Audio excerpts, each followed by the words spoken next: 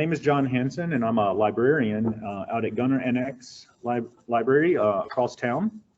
And I'm one of the librarians out there, and our primary job at Gunner NX is to support enlisted professional military education.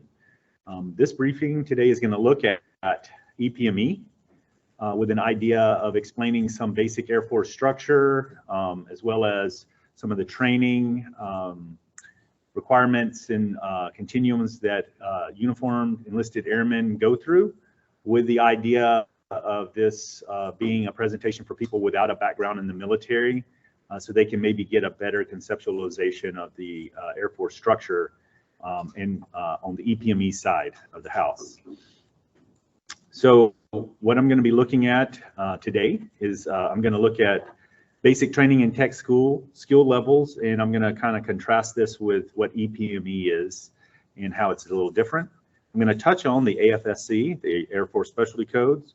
I'm going to also touch on job skill levels, and then I'm going to go through the EPME life cycle from ALS to CLA. So let's get started. Well, at the end, we'll have some time for questions. There's going to be a lot of information here. Actually, do I need to hit record or? Okay, so we're going to be recording this. If you need to refer to these slides later, they'll be available. All right, let's start with basic structure. An individual in the Air Force is called an Airman, and a couple of airmen together make up a section. In basic training, this is called an element. This is an informal organizational structure. Generally, the flight is going to be the lowest level of organizational structure that's kind of official. And flights would be the equivalent of the platoon in the Army, but they're not necessarily numerically set like platoons are in the Air Force. For example, SNCOA classes are considered to be flights. Squadrons, the squadron level is generally the identity that most airmen associate with, and squadrons are generally organized around mission types, airframes, or specific types of work. So an example would be the 1st Reconnaissance Squadron or the 37th Bomb Squadron. Here at Maxwell, the 42nd Civil Engineering Squadron would be part of the 42nd Air Base. Next would be groups, which is a couple of squadrons together, generally with a similar type of mission. After that, wings, again, oftentimes arranged with similar types of missions in mind, but doing different types of tasks. An example here would be the 42nd Security Forces Squadron versus the 42nd Civil Engineering Squadron, which are all part of the 42nd Air Base Wing, which is the organization that's in charge of maintaining the facilities and running Maxwell Air Force Base. After wings, you get into a much larger organizational structures called numbered air forces. And these are denoted by a number, such as the 5th Air Force, and they generally have geographical or functional assignments, and they often are in support of major operations being carried out by the major commands, which are the largest structural organizations. An example of a major command would be our own Air Education and Training Command. This is the major command and tasked with training and educating airmen across the Air Force, wherever they're at. And what Air University actually is it's a primary unit of the Air Education Training Command centered on providing professional military education, or PME, both to officers and to enlisted. That's sort of what our mission is here. And that varies major command duties vary. And at Air Education Training Command, for example, we're providing PME here. They have several bases that I'll get to that are technical training bases that they use to provide their technical training. So knowing where you're at in the big structure is kind of important. Here's an example of that visually. You'll notice 3,300 some odd squadrons make up the base of the Air Force, and above that, smaller and smaller increments, because you're talking about larger and larger organizations. And at the very top is an individual, because we're in a representative democracy, a republic with civilian leaders in charge of our military. We have somebody who's in charge of the Air Force, the Secretary of the Air Force, and that person reports to the Secretary of Defense, who's appointed by the President. So let me just shoot through the chain of command real quick in case people are unaware. At the very top, the president, President Joseph Joe Robinette Biden, he's the commander-in-chief. Underneath him, in our chain of command, Secretary of Defense Lloyd Austin. And then the Secretary of the Air Force, Frank Kendall. And then you get your first uniformed person in the Air Force. Now, there are Joint Chiefs of Staff that seek to coordinate joint operations, and they also report to the Secretary of Defense. One of those is the Chief of Staff of the Air Force, General Charles Q. Brown. And there's an enlisted senior advisor in the name of with the rank of Chief Master Sergeant of the Air Force, and that's Chief Joanne Bass. Our major command commander is Lieutenant General Brian Robinson, and he's the boss of our Air University President Commander, who is fairly new here, Lieutenant General Andrea Tullis. Locally, the 908th Airlift Wing, Colonel Craig W. Drescher is in charge of that. That's a reserve unit. And the 42nd Air Base Wing is Colonel Ryan Richardson. So you'll see that the further down you go, the lower the ranks.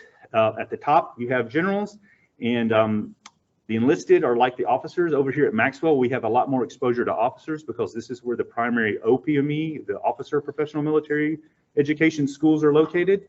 And so the enlisted, like the officers, have ranks. And so let's take a second here and look at the enlisted ranks.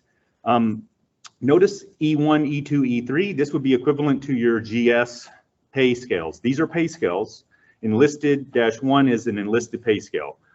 It corresponds to the rank Airman Basic. And inside of each of those enlisted pay scales are steps. So they're not going to be paid the same across the entire time they're an Airman Basic or an Airman First Class. They're going to be paid based on time and grade in that pay scale. And generally, let's just say for most people, you're going to achieve E1 through E4 in your first hitch. Those are promotions that come with time and grade and time and service requirements.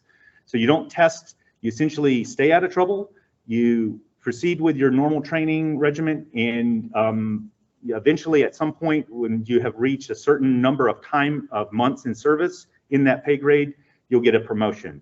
For example, senior airman needs 36 months time in service or 20 months time in grade.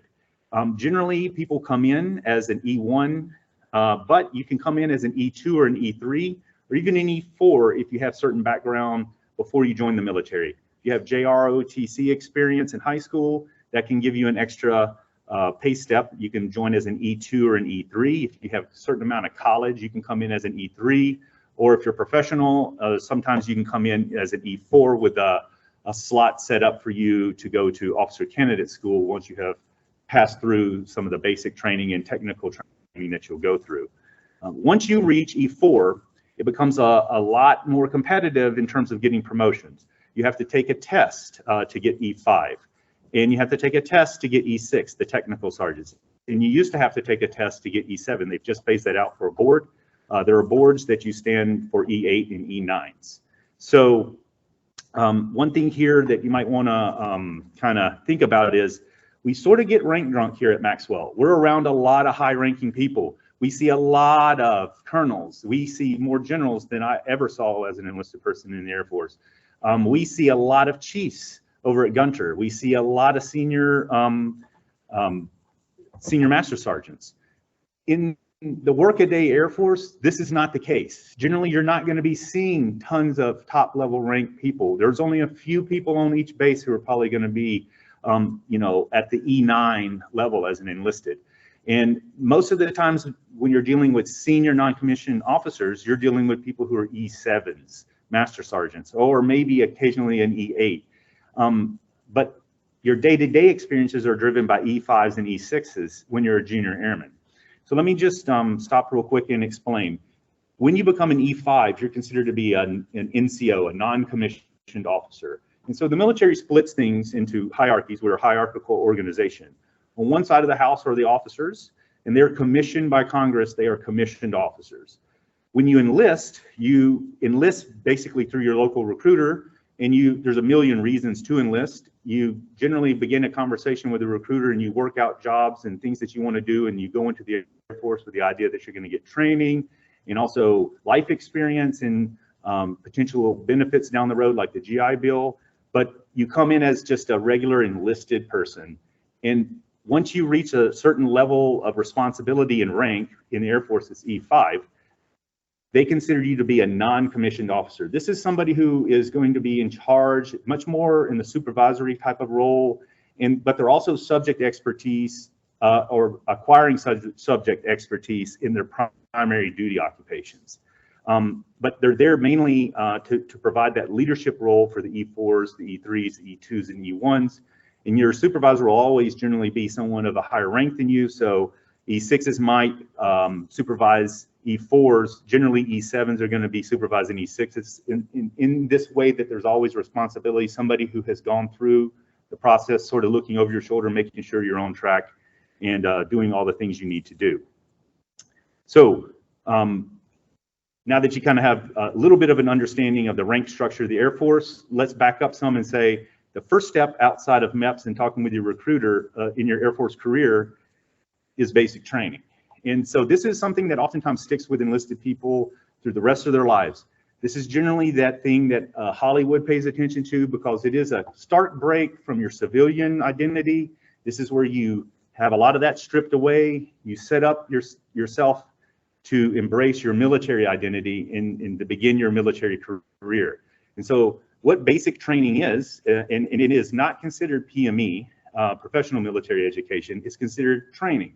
And it is where you learn the basics about being an airman. You learn to march, you learn to wear the uniform, you learn ranks, you learn, you dabble, you learn about the Uniform Code of Military Justice. You don't learn it, but you learn of it, and you learn how military protocol works and all sorts of these basic sort of cultural things that are common to everyone in the Air Force. And so once you graduate from basic training, if you haven't set up with your recruiter a particular job, you generally are assigned at that point a specialty code called an AFSC. This code corresponds to the work that you're going to be doing, the reason that you join. It could be security forces. In my case, I was a defensive avionics technician, so I had a very specific code. Mine was 2A5 X3C. You can see the code is broken down from larger group to smaller group, more specific, left to right. So the career group 1 is operations, 2 would be maintenance, and so forth. People in the Air Force learn these things, and they can tell a lot about each other by looking at and hearing of these AFSCs. They know what they mean. To us, it's just essentially a code that corresponds to their primary duty occupation. In this case, November 371 would be somebody in the crypto logic language analyst career field, and someone who has gotten their 7 level in terms of their skill levels. So they've proceeded up probably at least 12 years of experience in that job. So what are skill levels? Well, the Air Force is a very technically oriented occupation. And that means that when people join, they know that they're not going to be generally at the high end of competencies inside of those areas of occupation. They have to train them. They have to get them spun up and ready to be an airman, to go out and fight for the United States as an airman in the Air Force. And so what we do is we generally run people through 2 types of education: the training, which is more technical and about your job, and then later on professional development, which makes you a better leader. And a big component of professional development is enlisted professional military education. That's what we do. And so we're not really at the beginning of people's careers here at AU. We're seeing people who've been in generally 8, 12 years coming through our programs here. They've been spending a lot of times becoming professionally efficient in the technical aspects of their jobs. They use old trade-based terminology from the apprenticeship era, right? So you start off as a helper. This is what you would be considered in basic training. When you graduate tech school, you have gotten a lot of theory and general kind of knowledge of your job, but you still have very little practical experience. You're considered to be an apprentice. And what do apprentices do in times of old? They go and they work underneath somebody who is an expert, and they learn the actual craft by doing. And so this is what happens when you get to your base and you're working on your 5 levels. Now, people will refer to it, by the way, as I got my 5 level, or he got his 7 level. And what this means is that you have been checked off and cleared to be trusted to do work without having somebody necessarily look over your shoulder at every little thing that you do.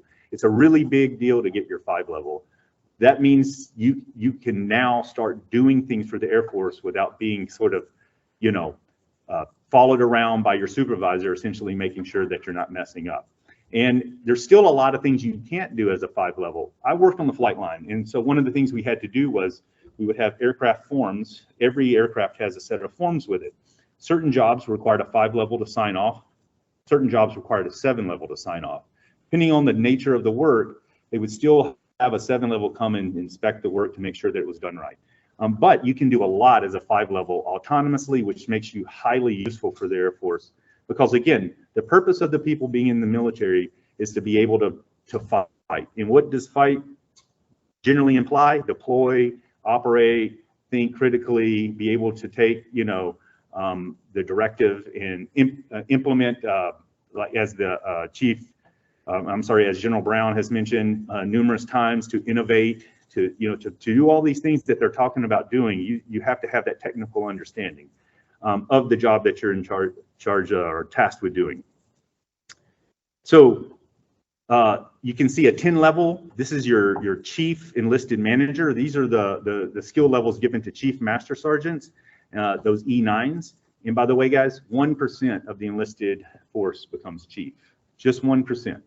So most people do not progress all the way up to E9s. A lot of times people will finish their careers as an E7 or an E8, maybe even an E6, but usually it's somewhere in the E7, E8 range.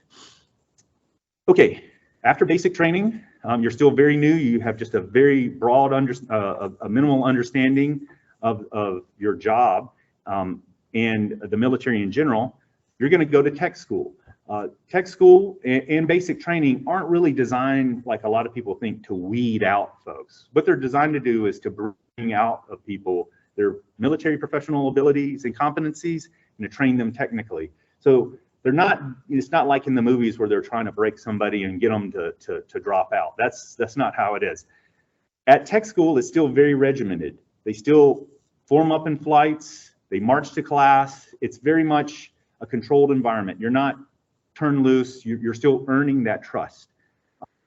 But you're, in addition to trust, what you're going to be learning is the basic knowledge of your job, so that when you get out and you to your first permanent duty station, you're still going to be green. You're still going to have to be told everything about, you know, how everything works, but you're going to have that fundamental theory down. That's sort of the backbone of your profession.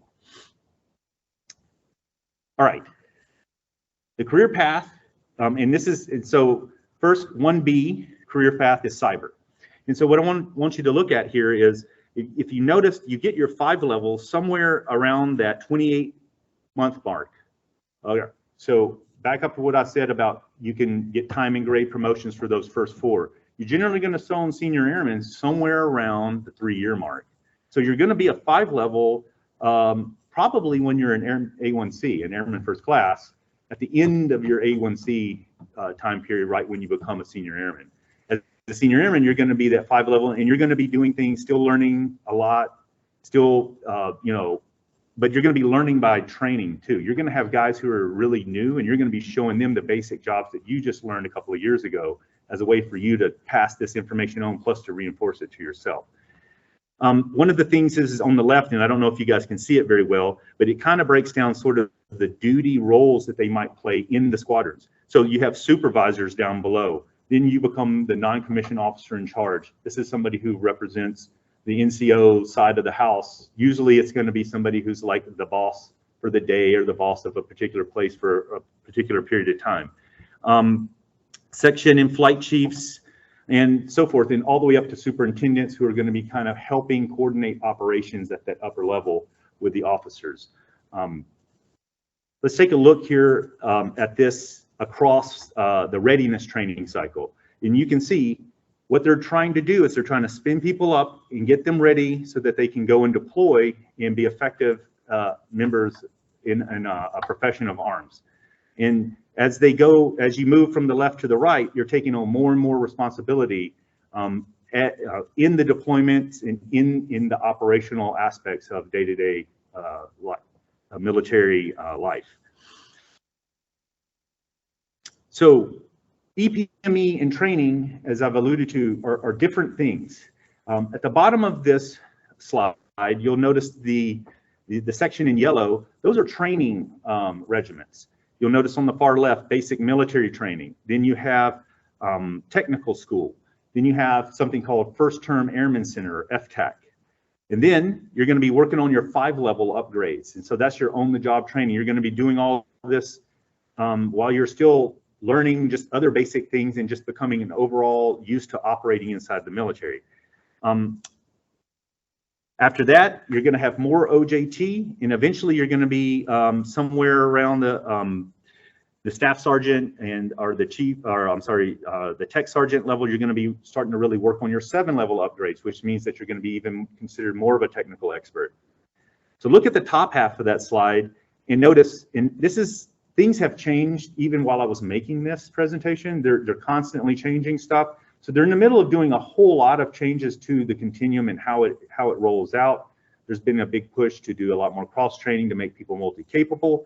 But traditionally, you're going to have earned credits in the CCAF in tech school. A lot of times your sciences, your maths can be satisfied through your tech school if you're going into a tech school in a career field that requires you to take those kinds of classes in tech school. Some tech schools only last a couple of weeks. Mine lasted 3.5 months. Actually, one of them was 3.5 months. It was more like 7 months total because I went to 2 follow-ups. So when I actually got out and started doing my OJT, I found out to my surprise and that I had satisfied a huge chunk of the CCAF just by finishing tech school. However, formal EPME doesn't really start until you go to ALS, Airman Leadership School. This is the first taste of true PME. And so then after that, you're going to have it at various points in your career as you make rank. You're going to come back to more PME and to more PME until eventually you're that 1%er and you come to the Chiefs Leadership course, which is part of the CLA, the Chief Leadership Academy over at Gunter. And that's considered to be the pinnacle of EPME for enlisted airmen. So before I jump into the different types of EPME schools that are out there, let me talk real quickly about the Barnes Center. So the Thomas Barnes Center for Enlisted Education, located at Gunter, is the primary unit in charge with the coordination of EPME throughout the Air Force. And so what this means is they have a heavy role in the curriculum development of the programs. They also carry out the operations, direct management of some of the programs, and then coordinate as the headquarter unit for the EPME schools that are dispersed out in the force. We're very lucky, you know, Maxwell Gunter is the PME sort of center for the Air Force. So we're very lucky over at Gunter to have on one base pretty much every level of EPME that exists except for ALS, which is over here at Maxwell. So the ALS program happens here at Maxwell, but they have an NCOA, a Non-Commissioned Officer Academy. They have the only SNCOA in the Air Force, the Senior Non-Commissioned Officer Academy, and the Chiefs Leadership Academy, all at Gunter. So in resident schools, there are managed and run by students who have graduated from a course called the Enlisted Professional Military Education Instructor course, or EPMEIC. And this course is a 6-week course, and I'll get to it in a second in a little bit more detail, that's designed to make people instructors. I just found out today that some programs are going away from this, and if you already have teaching background or experiences in that instruction, they might let you skip the EPMEIC course and jump right into being an instructor. This is part of those changes I was talking about that are always going on. But up until basically this year, you had to really go through EPMEIC if you wanted to be a EPME school instructor. Now, that doesn't mean tech school, because remember, tech school is different. And so there were people who could be tech school instructors without going through EPMEIC because they were technical experts. NCOAs, there are 11 around the world. So we don't like to think about this, we're kind of focused on what we're doing here, but we're actually supporting global operations here at Air University Library by supporting these schools. We have them in Japan, there's one in Germany, they're in Alaska and Hawaii, and there's 11 of them in-person schools. These are schools that meet on like at EPME centers on bases that are spread out. Kissling Hall, where the Air University Library is temporarily located, that has most of the senior level EPME schools in the Air Force in that hall. And then you can see there's 68 ALSs spread out around the force. ALSs are managed a little bit differently. They're managed by the MAGCOMs instead of by AETC. So and because there's so many more people getting E5 and there's so many more people needing to go through them, they're much more of a local affair. So they happen at the local level, but after that, there's only a few NCOAs and there's only one SNCOA. So they really start bringing people together from wherever they're stationed, and there's a reason for that. In addition to the professional development education, what they find is a big part of the positive utility of these schools is the peer-on-peer networking and collaboration that develops when people come to these schools. Remember, we see a lot of chiefs, we see a lot of senior master sergeants here, but they might be very lonely at home. They might be the only one there of their rank and of their skill level that they really have to kind of lean on. So when they come here to these schools, and this is true in the officer world too, it's a really great chance for them to branch out, to meet people outside of their particular career fields, because a lot of times you're kind of centered around people who are doing jobs like you. You know, I hung out with offensive avionics people and the flight control people. That was like my world. I didn't really hang out with people even at my level doing different jobs across base so much. So when you come to these schools, you really get to meet people and you get to hear about how they solved that same problem that you've been facing, and they were in a totally different operating environment and what they did, and you take all that back, and it's actually one of the reasons they still have in-person instead of online, because they tried to go online with some of the programs, but what they found was without that human aspect, the ability to collaborate with each other and to get to know each other, it just did not produce the outputs that they were really wanting. And so they went back to being in person. Okay.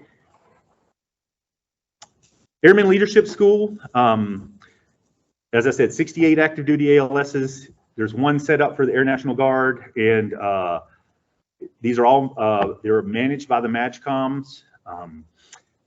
Barnes has just recently gone to doing a DLC, a distance learning course. This is aimed chiefly at the Air Force Reserves and Air National Guard Airmen. ALSs are, I believe, I have it on the next slide, 192 curriculum hours. So that's, I think, 6 weeks off the top of my head. And they're going to, if you're in the Guard or the Reserves, 6 weeks is a long time to suddenly pick up and go just for a school to come back, where you might have to do it again in a couple of months on your normal FTX that you do every summer. So they try to eliminate that burden for the Air National Guard and the Reserves people, because they have full-time civilian lives going on, to offer them the ability to do it online. By the way, we get questions from those guys because we're a library and we're very visible. You will oftentimes have people reaching out to us for help. They're alone at home trying to do their online ALS. They can't figure out something. They call us up to ask about why Canvas isn't working. And of course, we're like, I wish we could help you out, but this is outside of our area. We can't even look at your Canvas. Or we can help them get the information through our website if they're doing something like that, and we can direct them into the areas that we can help them. So it's an outcome-based education. They're going to be able to leave ALS and be frontline supervisors. They're going to know how to do counseling. They're going to know how to do EPRs, which is the equivalent of our DP maps. Their enlisted performance reviews. They're going to be able to go back and be leaders in their units. And that's ALS. The Non-Commissioned Officer Academy, this is the second level of enlisted professional military education. It's basically where they're going to learn to be, further develop their leadership and supervisory abilities, become better at the management of larger groups of people. Generally, the ALS graduate and the frontline supervisor will probably have 2, maybe 3 people he might or she might rate on. You might go back and become a supervisor for all the E5s, and suddenly you're rating on a lot more people. You have further responsibilities at the organizational level. And so, again, 11 NCOAs out there, including the one we have at Gunter. These guys are generally tech sergeants, and a lot of times they're gunning for master at this point. You can see this is an example of, this slide shows where the schools are located. So there's one in down in Erie, down in Tinker, and we have one. There's one at Shepherd, there's one at Lackland. As I said, there's one in Kadena, there's one in Ramstein, they have one in Hickam. They're all over, they're spread out.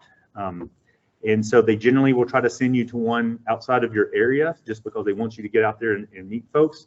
But that's not always the case. Oops. The NCOA is 6 weeks long. And on the right side of the screen, you'll see sort of the old, currently they're in the middle of updating their curriculum right now to make it and bring it in line with current Air Force needs. But at the moment, right now, it's still organized along these lines. You have big blocks focusing on culture, leadership, mission. Your goal is to leave here and to be able to be a mid-level supervisor and a leader of airmen. About Master Sergeant, and actually they're changing this. They're going to make it Senior Master Sergeants pretty soon. If you're still in, you're still going, you're advancing in your career, you'll come back and do Senior Non-Commissioned Officer Academy. And this is located, there's only one, Kissling Hall, over at Gunner Annex. They teach you how to be senior non-commissioned officers and to take on duties that are oftentimes going to be leadership roles outside of your job-specific knowledge and your job-specific AFSC. At this point, you've generally branched out of your AFSC and you're starting to do a larger leadership role, and you're becoming more of somebody who's going to be running various sections on the base and as a leader. So 6 weeks long again, 25 academic days. And they have really done a lot in the last few years to bring in the joint side of life. So it used to be a lot more just Air Force. What they're doing now is they're bringing in Army. They have cadre members. These are instructors who are from the Coast Guard, from the Marines, and they're increasingly seeing a lot of our foreign enlisted allies come in, both as students and as cadre members. So we have several German instructors who've come in and have been there for a while. We have people from Trinidad. We have people from Canada. We have people from all over the world, our allies here, coming through our school and also coming to teach at our school. And so this is one of the things, we just had the senior enlisted advisor for the Japanese military came through just a couple of days ago. So they're on the map, and what they do is they look at these big level, high level problems and try to lead at that top senior non-commissioned officer level. And so, as I said, it's a 6-week course. They generally run about 300 students per class, and they usually do about 6 classes a year. So you can see we get quite a few people. They're the largest customer we have as the Air University Library out at Gunter, number-wise, plus also just in terms of the actual things that we do interact. One of the things is at every level of EPME, we have now connected, and we're doing briefings to on a regular basis for each class. So we do one for our NCOA, every class, the first sergeants, the senior non-commissioned officers, the SNCOA, all of them. So we're very busy. We're constantly briefing new classes as they come in, and it's just a great honor to be out there and to do the work out there with these people. I tell people all the time, you could not ever be in a library and have better patrons than we do. So, okay, so then there is the CLA, or the CLC, as it was kind of known up until about a year ago.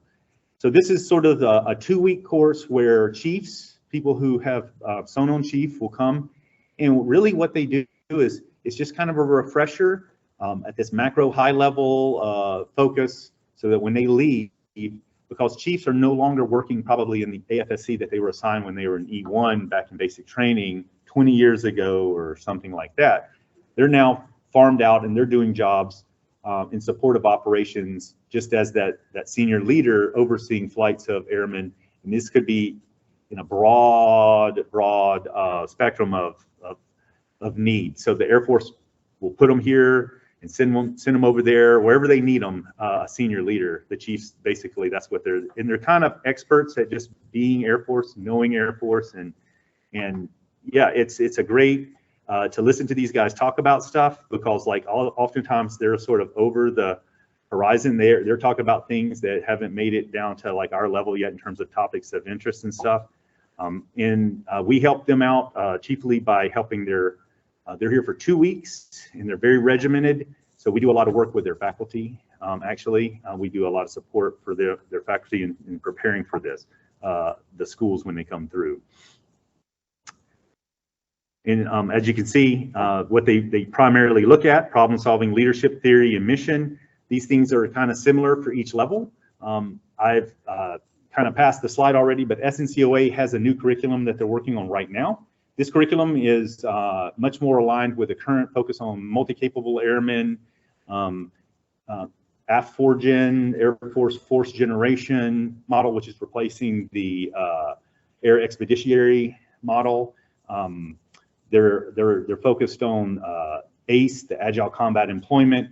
And so the SNCOA spent an intensive 6 months getting ready for this curriculum change. They did it themselves in-house with sort of Barnes' blessing, Barnes Center's blessing. And now what they're rolling out right now, and they're evaluating the first class as they teach the first class to see what's working and what's not working. But it's going to be much more strategic oriented, with the idea that people are going to be able to leave talking about some of these big level things like peer-on-peer fights, integrated defense, things of that nature. That and then they're still going to be doing all of their leadership, problem-solving stuff that they've always done, in addition to the new focuses.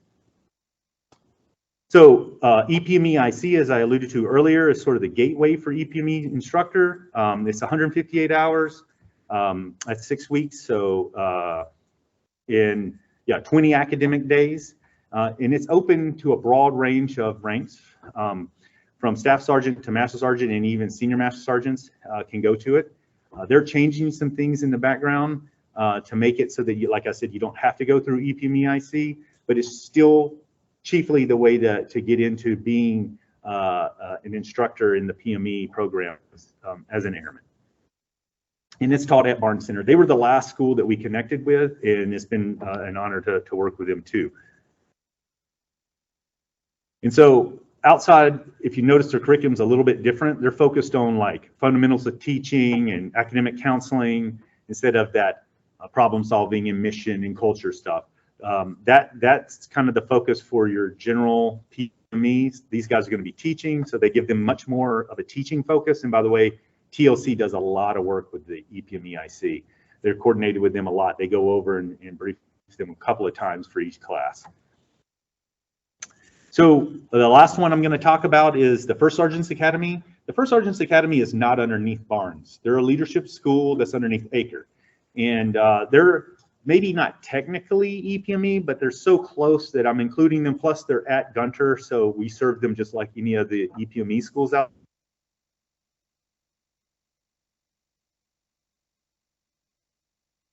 around. They are served as the senior enlisted liaison to the local level commanders of the units. And this is important because sometimes the way that military operations work, traditionally there's not a lot of integration in like cross-fraternization between the two groups, enlisted and officers. This has changed some, but it's just the way that the structure of pretty much every military is.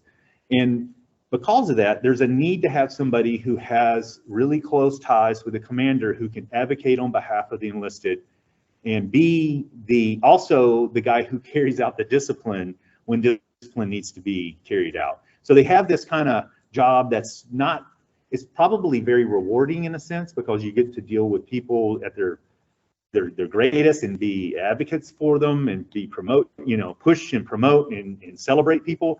But you probably also have to be able to, be the disciplinarian and hold the line and tell people, I'm sorry, look, this is the new thing. We're going to have to do this. And it's kind of one of those jobs. Some people like it, some people don't. They get a lot of flack from junior airmen, I think, and a lot more respect. I think the longer you're in, you kind of see how important they are. And their program is awesome. It's a 6-week program, and we brief every single one of their classes as well.